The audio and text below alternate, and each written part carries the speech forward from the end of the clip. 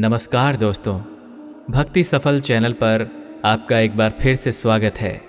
संसार में श्रीमद् भगवद गीता के उपदेशों को सबसे ज़्यादा बार पढ़ा और समझा गया है, और अगर कोई इसे ठीक से समझ ले और इसे अपनी ज़िंदगी में उतार ले तो ये निश्चय है कि वो जीवन में अपने लक्ष्यों को पूरा कर सकता है और मानसिक शांति को प्राप्त कर सकता है। इसलिए श्रीमद् भगवद गीता के महान उपदेशों को बार बार सुनना चाहिए। उन्हीं उपदेशों में से 13 अति महत्वपूर्ण उपदेशों को हम आपके लिए लेकर आए हैं, जो 13 से शुरू होकर के पहले पे खत्म होगी। तो फिर चलिए जय श्री राधे कृष्ण का नाम लेकर के इसे शुरू करते हैं। 13 श्रीमद् भगवद गीता का 13वां उपदेश है कि मौत से डरना नहीं चाहिए। श्री कृष्ण कहते हैं कि इस मृत्यु लोक के समान संसार में जो भी पैदा हुआ है वो एक दिन अवश्य ही मर जाएगा। जिसका आरंभ शुरू हुआ है उसका अंत भी निश्चित रूप से होगा। ऐसे कभी रोका नहीं जा सकता। जिस तरह से हम अपने कपड़े रोज बदलते हैं, वैसे ही आत्मा शरीर के मृत्यु के बाद किसी नए शरीर को प्राप्त करती है। इसलिए मृत्यु तो केवल नए जीवन की शुरुआत है, जीवन का कोई अंत नहीं है।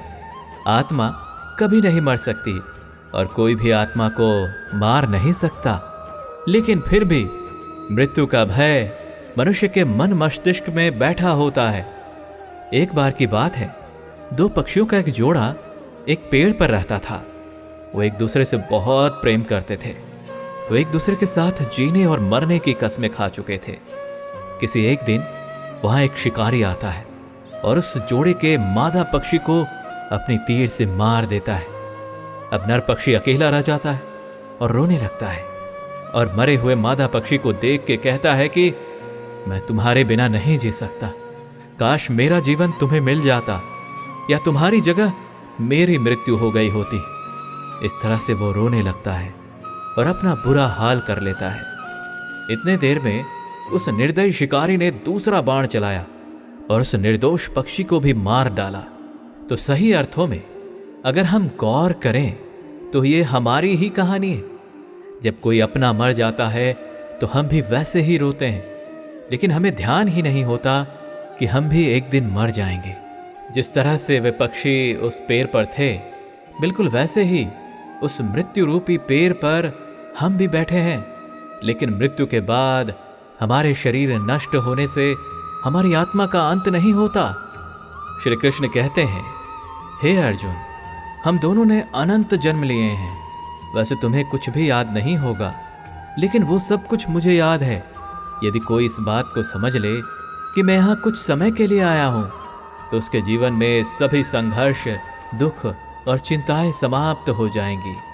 इस संसार को त्यागना जब निश्चित है, तो बार बार उसके बारे में सोचकर अपने दुखों को क्यों बढ़ाएं।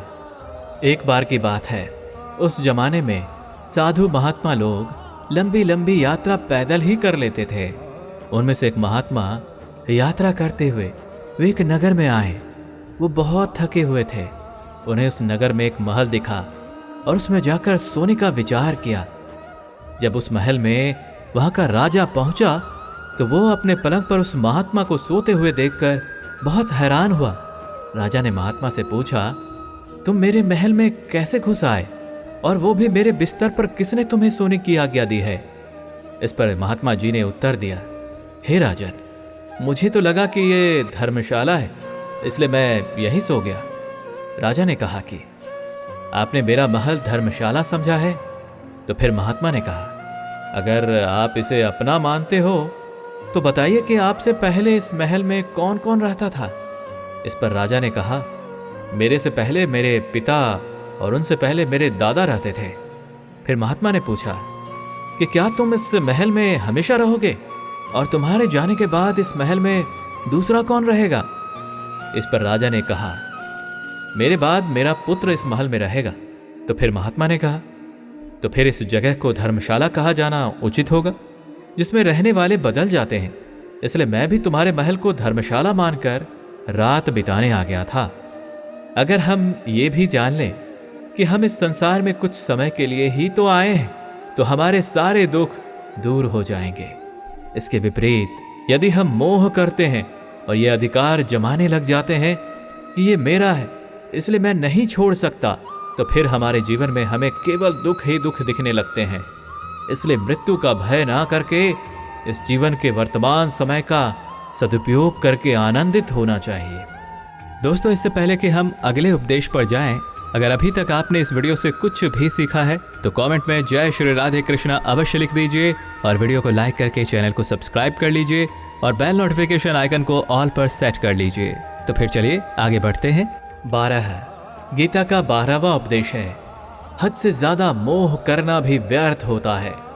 गीता का वास्तविक ज्ञान श्री कृष्ण ने अर्जुन के मोह को दूर करने के लिए ही कहा है। हमारा मोह ही हमें सबसे अधिक रुलाता है। मोह इतना शक्तिशाली है कि ये मोह शेर की तरह किसी शक्तिशाली इंसान को भी गीदड़ बना डालता है। अर्जुन जो देवताओं से भी जीत जाता था और अपने रिश्तेदारों को युद्ध भूमि में देखकर उसके हाथ कांपने लगे और कहने लगा कि हे श्री कृष्ण, मेरे हाथ में धनुष पकड़ने की शक्ति नहीं है, मेरे हाथ अनायास ही कांप रहे हैं, मेरे में युद्ध करने का सामर्थ्य अब नहीं है। मोह इतना पीड़ित करता है कि कई लोग इसे सह ही नहीं पाते हैं और आत्महत्या तक कर लेते हैं। हम उस व्यक्ति के बिना नहीं रह सकेंगे। जीवन में किसी से हद से ज्यादा प्रेम करने से हमारा जीवन दुखों से भर जाता है। यदि कोई अपने मोह से बाहर नहीं निकलता तो उसकी सारी खुशी समाप्त हो जाती है, वो सब कुछ अंततः खो देता है। इसलिए भगवद गीता ये ज्ञान देती है कि मन के मोह को त्याग कर बुद्धिमान बनना चाहिए और सत्य की राह पर चलना चाहिए, क्योंकि हमारा मोह हमेशा झूठ के दर्शन करवाता है और हमें झूठी उम्मीदें दिलाता है। इसलिए हमारे दुख का सबसे बड़ा कारण मोह ही होता है। मोह हमें सच्चाई कभी नहीं दिखाता। लोग वैसे नहीं होते जैसा हम सोचते हैं। लोगों के वास्तविक चेहरे मोह के कारण हम नहीं समझ पाते। इस प्रकार श्रीमद् भगवद गीता हमें यह सिखाती है कि जीवन में यदि हम खुशी से रहना चाहते हैं तो किसी से हद से ज्यादा अधिक मोह नहीं करना चाहिए। 11 गीता का 11वां उपदेश है। श्री कृष्ण अर्जुन से कहते हैं, हे अर्जुन, कोई अगर तुम्हारा अपना है या कोई तुमसे बड़ा है तो उसे कभी भी सहन करना उचित नहीं होता है। ये उपदेश हमारे जीवन से भी जुड़ा है। जैसे हम अपने दुखों को ये सोचकर जीवन पर्यंत सहते रहते हैं कि ये तो मेरा अपना है, ये तो मुझसे बड़ा है, इन्हें हम कैसे कुछ कह सकते हैं कि ये गलत हैं, आपको ऐसा करना उचित नहीं होगा।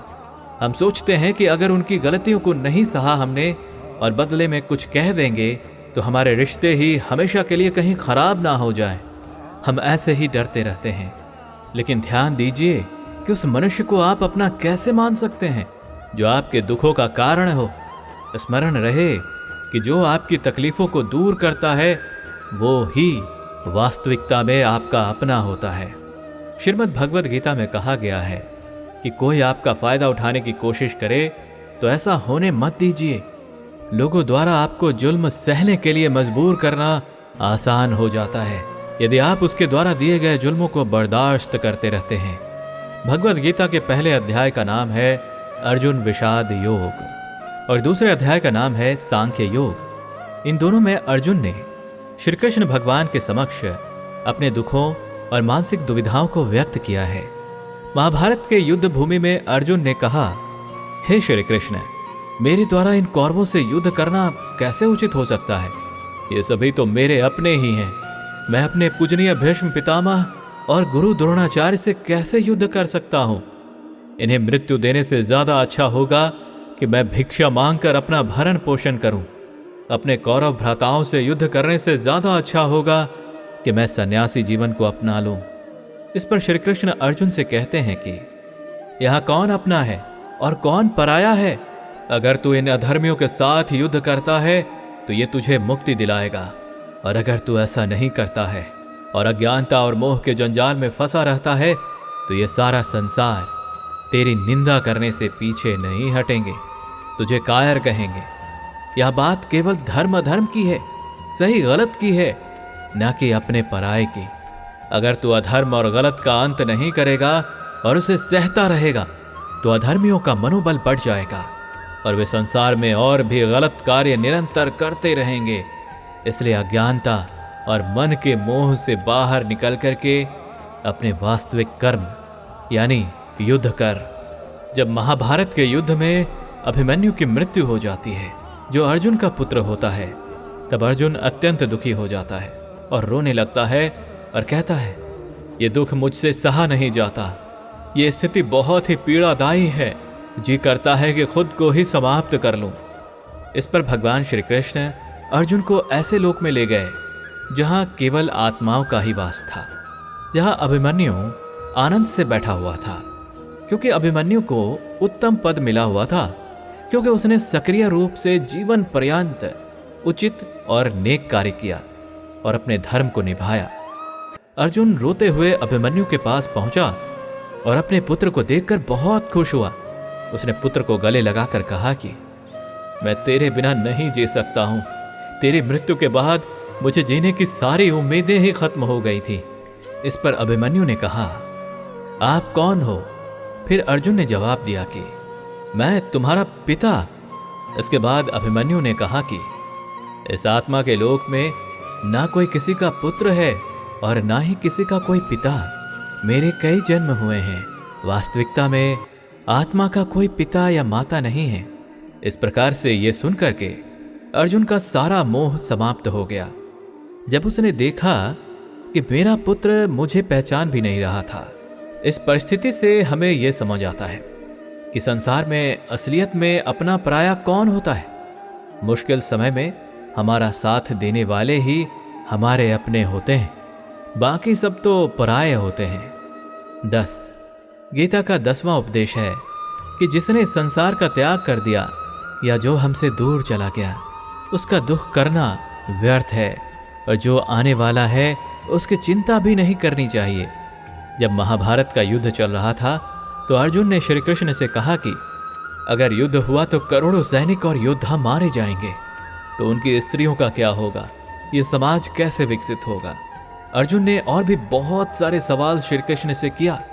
फिर श्री कृष्ण ने अर्जुन से कहा कि तू तो ज्ञानी लोगों की तरह जिज्ञासा करता है, लेकिन वास्तविक ज्ञानी की तरह नहीं। वास्तविक ज्ञानी कभी किसी प्रकार की चिंता या दुख नहीं करते। तुम चाह कर भी कुछ नहीं कर सकते, तुम्हारे वश में कुछ भी नहीं है। ये तो प्रकृति की ही नियति है, जीवन और मरण। वास्तविक ज्ञानी लोग इसीलिए किसी के मरने पर रोते नहीं। ज्ञानी लोग ना तो बीते हुए दिन का दुख ही करते हैं और ना ही आने वाले दिन की चिंता करते हैं। इस प्रकार जो कुछ होने वाला है वो होकर रह जाएगा, और जो कुछ नहीं होगा वो कभी नहीं होगा। यह शाश्वत सत्य जिसको समझ में आ जाता है और इस ज्ञान को अपने अवचेतन मन में डाल लेता है, उसे कोई दर्द या चिंता नहीं सताती। यही हमारे सारे दुखों का कारण है। या तो हम जो समय बीत चुका है उसके बारे में विचार कर परेशान होते रहते हैं, भविष्य की चिंता आपको बीमार करती है। गीता का ज्ञान हमें बताता है कि हम बीते कल को बदल नहीं सकते और आने वाले कल पर नियंत्रण नहीं कर सकते। हमारे पास सिर्फ आज का समय है। भूतकाल और भविष्य के बारे में सोचने से हमें 99% तनाव और चिंता होती है। इन विचारों में पड़ करके जीने से अच्छा है कि हम वर्तमान में जिएं। वर्तमान का पूरा आनंद लेने पर ही आपके जीवन में तनाव कम हो पाएगा। ये हमारे लिए बड़ी उपलब्धि होगी कि हम वर्तमान में जिएं। हमारे पास भी सिर्फ आज का ही क्षण है। कभी भी ये सोच करके कि मेरे पास तो बहुत समय बचा है, ऐसा कह करके समय बर्बाद नहीं करना चाहिए। इसे समझने के लिए एक कहानी आपको बताता हूँ।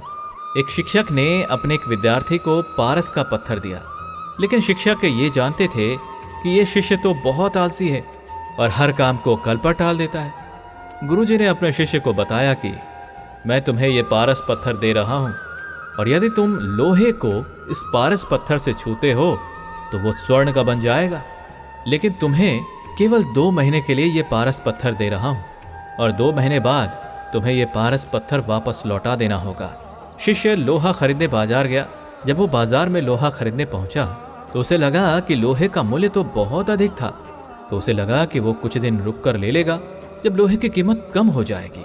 उसे बिल्कुल नहीं लगता था कि वो इस लोहे को सोना बनाकर बहुत अधिक पैसा बना सकता था, लेकिन उसके आलस्य ने उसे कल के लिए रोक दिया। वो ये सोचा करता था कि कल जब लोहे का दाम कम होगा तब इसे खरीद लूंगा, लेकिन वो कल कभी नहीं आया। इसी तरह कल कल करते करते 1 महीना बीत गया, फिर 2 महीने भी बीत गए। फिर गुरुजी ने उस शिष्य को अपने पास बुलाया और कहा, मुझे वो पारस पत्थर वापस करो, क्योंकि 2 महीने बीत चुके हैं। शिष्य ने आग्रह किया कि मुझे थोड़ा और समय दे दीजिए गुरुजी, मैं थोड़ा सा सोना तो बना लूं। जिस काम के लिए मैंने आपसे पत्थर लिया वो काम तो अभी नहीं हो पाया। फिर गुरुजी ने कहा कि तुमने इस पत्थर को पूरे 2 महीने तक रख लिया है, लेकिन कुछ भी नहीं कर पाए। लेकिन अब वो निर्धारित समय बीत चुका है। बिल्कुल इसी तरह हमारे जीवन पर भी ये लागू होता है, जिसमें पारस पत्थर रूपी समय बहुत अधिक महत्वपूर्ण होता है। हम अपने जीवन के समय के एक छोटे से भाग से सोना बना सकते हैं, लेकिन हमें लगता है कि हमारे पास तो अभी बहुत समय पड़ा है, कल को कर लेंगे। हम एक दिन जी लेंगे, एक दिन खुश हो जाएंगे, लेकिन वो दिन कभी नहीं आता। हम जीवन भर भागते रहते हैं, चिंता करते रहते हैं, दुखी होते रहते हैं, लेकिन खुश रहकर जिंदगी को जीना ही भूल जाते हैं। बिल्कुल इसी तरह गीता के ज्ञान से हमें ये सीखने को मिलता है कि आज में, वर्तमान में और हर पल में जीना सीखो और हर पल का अच्छे से सदुपयोग करो। 9 गीता का 9वां उपदेश है, इस दुनिया में जन्म लेने पर दुख तो मिलेगा ही, इसलिए दुख से कभी भयभीत नहीं होना चाहिए। श्रीमद् भगवद गीता में श्री कृष्ण ने कहा है कि ये संसार दुखों का घर है, इसलिए इस संसार को दुखालय कहना गलत नहीं होगा। दुखालय जहां दुख ही दुख होता है, इसलिए दुख से डरना व्यर्थ है, क्योंकि ये दुनिया अशाश्वत है और दुखदायी है। अब अशाश्वत का मतलब ये होता है कि यहाँ हमेशा के लिए कुछ भी नहीं है, सब कुछ यहाँ अनायास बदल जाता है। सुख स्वतः दुख में बदल जाता है और दुख सुख में बदल जाता है। सम्मान अपमान में बदल जाता है और अपमान सम्मान में बदल जाता है। जीत हार में और हार जीत में बदल जाता है। दर्द खुशी में और खुशी दर्द में बदल जाता है। कुछ भी यहाँ हमेशा के लिए नहीं है। एक समय अंतराल के बाद सभी दुख सुख, हार जीत, खुशी दर्द आपस में बदल जाते हैं। इसलिए भगवद गीता हमें यह सिखाती है कि हार से, दुख से और दर्द से कभी घबराना नहीं चाहिए और सदैव संयम रखना चाहिए।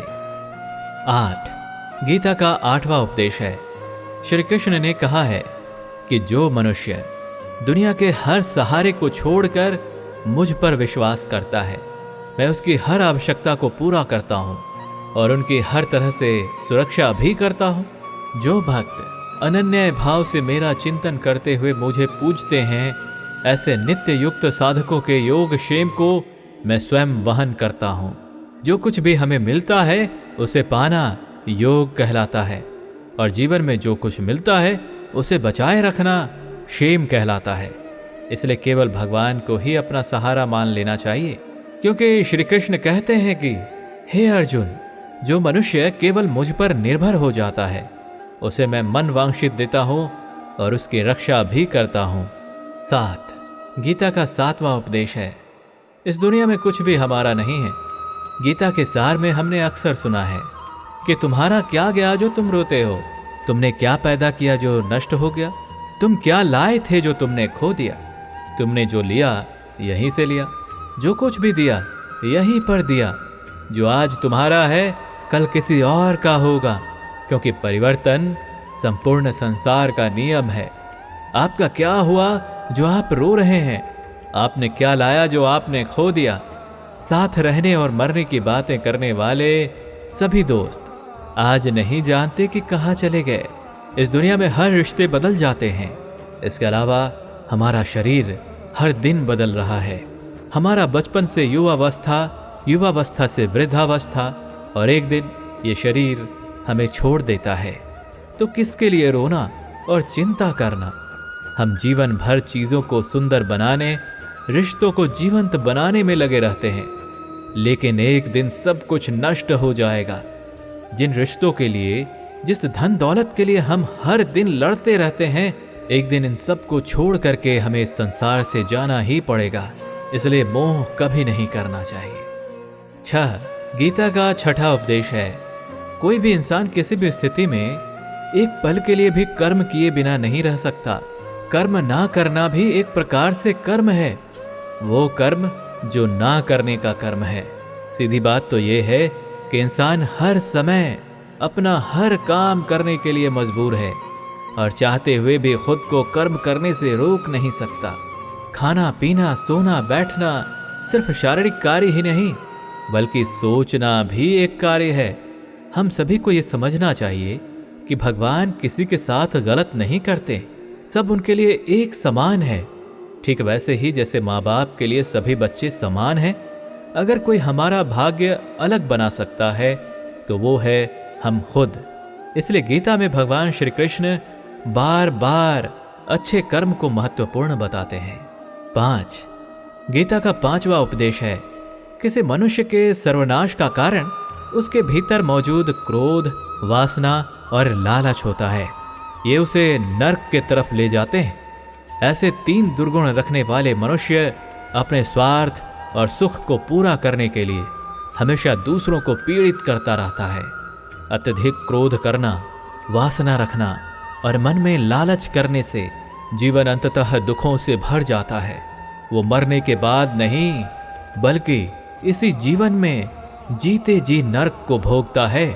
वो अपने सारे रिश्तों को स्वतः खराब कर लेता है। 4. गीता का चौथा उपदेश है, श्री कृष्ण अर्जुन से कहते हैं कि हे अर्जुन, तुम जितने भी भगवान को पूजते हो सभी एक ही हैं, ना कोई छोटा है और ना कोई बड़ा। ये सभी समग्र रूप से एक पर ब्रह्म परमात्मा के विभिन्न रूप और नाम ही तो हैं। श्रीमद् भगवद गीता के 10वें अध्याय में श्री कृष्ण ने बताया, ये जितने भी जगत के देवता हैं वे सब मेरे ही रूप हैं। मैं ही शिव, इंद्र, अग्निदेव, यक्षराज कुबेर, देवताओं के गुरु बृहस्पति, सभी मैं ही हूँ। मैं समुद्र भी हूँ, ओम भी हूँ, सभी कालों का महाकाल भी हूँ और सब कुछ बनाने और नष्ट करने वाला भी मैं ही हूँ। श्री कृष्ण ने अर्जुन को बताया कि मेरी विभूतियों अर्थात मेरे रूपों का कोई अंत नहीं है। इसलिए हर भगवान, हर नाम और हर देवता मेरे ही रूप हैं। इसलिए किसी भी देव या ईश्वर में भेदभाव करना व्यर्थ होगा। गीता हमें यह भी बताती है कि कभी किसी इष्ट को छोटा या बड़ा नहीं समझना चाहिए। कभी भी किसी दूसरे इष्ट के प्रति प्रेम कमतर नहीं करना चाहिए या इस बात पर बहस नहीं करना चाहिए कि कौन बड़ा है या कौन छोटा। 3. गीता का तीसरा उपदेश है, सुखों की कामना करने से हमारे दुखों का जन्म होता है। श्री कृष्ण ने अर्जुन से बताया कि मनुष्य की इंद्रियां सुखों की लालसा और इच्छा उतना ही अधिक भोग में आसक्त हो जाती है जितना इंसान का मन दुनिया के सुख और आकर्षण का गुलाम बन जाता है, उतना ही उसे दुख का सामना करना पड़ेगा। शुरू में दिलचस्प लगने वाली चीजें बाद में बहुत दुखदायक होते हैं और जो चीजें शुरू में मुश्किल लगती हैं आगे वही हमें बहुत काम आता है। 2. गीता का दूसरा उपदेश है, दूसरों का गुलाम बनकर खुश रहने के बजाय खुद को आजाद बनाकर अपने दुखों का सामना करना चाहिए। गुलामी को भागवत गीता में मौत से भी बदतर या बुरा बताया गया है। भले ही आपके जीवन में कितना ही दर्द हो, इंसान सिर्फ अपने मन और विचारों का गुलाम है। अब हम मोबाइल फोन के गुलाम हो गए हैं और इसी तरह मनुष्य भी किसी का गुलाम होकर के काम करता है। दूसरों का साथ लेना और दूसरों का गुलाम बनना, इसके बीच में एक पतली सी रेखा है। अगर आप इस रेखा के पार चले गए तो आप किसी के गुलाम बन गए। इंसान आज़ाद रहता है जब तक वो अपनी सेल्फ रिस्पेक्ट के दायरे में रहता है, लेकिन जब वो किसी के सामने इतना गिर जाता है कि उसकी सेल्फ रिस्पेक्ट समाप्त हो जाती है तो उसके जीवन में कई समस्याएं आने लग जाती हैं और वो गुलाम बन जाता है। इसलिए दूसरों के गुलाम रह करके खुश रहने से अच्छा है कि खुद की समस्याओं का सामना करना होगा। 1. गीता का पहला उपदेश है, जब तक हम अपने मन और अपने विचारों को अपने वश में नहीं कर लेते, जीवन में हमें कभी कोई सुकून नहीं मिलने वाली है और मन को शांति नहीं मिल पाता। अर्जुन ने अपनी दुविधा श्री कृष्ण के समक्ष रखा और पूछा, हे श्री कृष्ण, मेरा मन सब कुछ जानता है, सही और गलत, फिर भी मैं अपने विचारों पर नियंत्रण नहीं कर सकता। मैं बेचैन हो गया हूँ क्योंकि मैं जो करना चाहता हूँ वो नहीं कर पाता हूँ, और जो नहीं करना चाहता वो मेरा मन उसे पूरा करने के लिए मुझे परेशान करता है। कृपया कर मुझे मानसिक शांति का मार्ग बताइए। तो श्री कृष्ण ने अर्जुन से कहा कि हे अर्जुन, उसके लिए तुझे अपने मन और विचारों से छुटकारा पाना होगा और इसे सही दिशा में ले जाने का अभ्यास करना होगा, और यह सिर्फ एक दिन में नहीं होने वाला है। जीवन में मानसिक शांति तब तक नहीं मिल पाती जब तक तू अपने मन और विचारों को नियंत्रित नहीं कर लेता। दोस्तों, इस वीडियो से आपने कुछ भी सीखा हो तो कमेंट में जय श्री राधे कृष्ण अवश्य लिख दीजिए, और वीडियो को लाइक करके चैनल को सब्सक्राइब कर लीजिए और बेल नोटिफिकेशन आइकन को ऑल पर सेट कर लीजिए। धन्यवाद।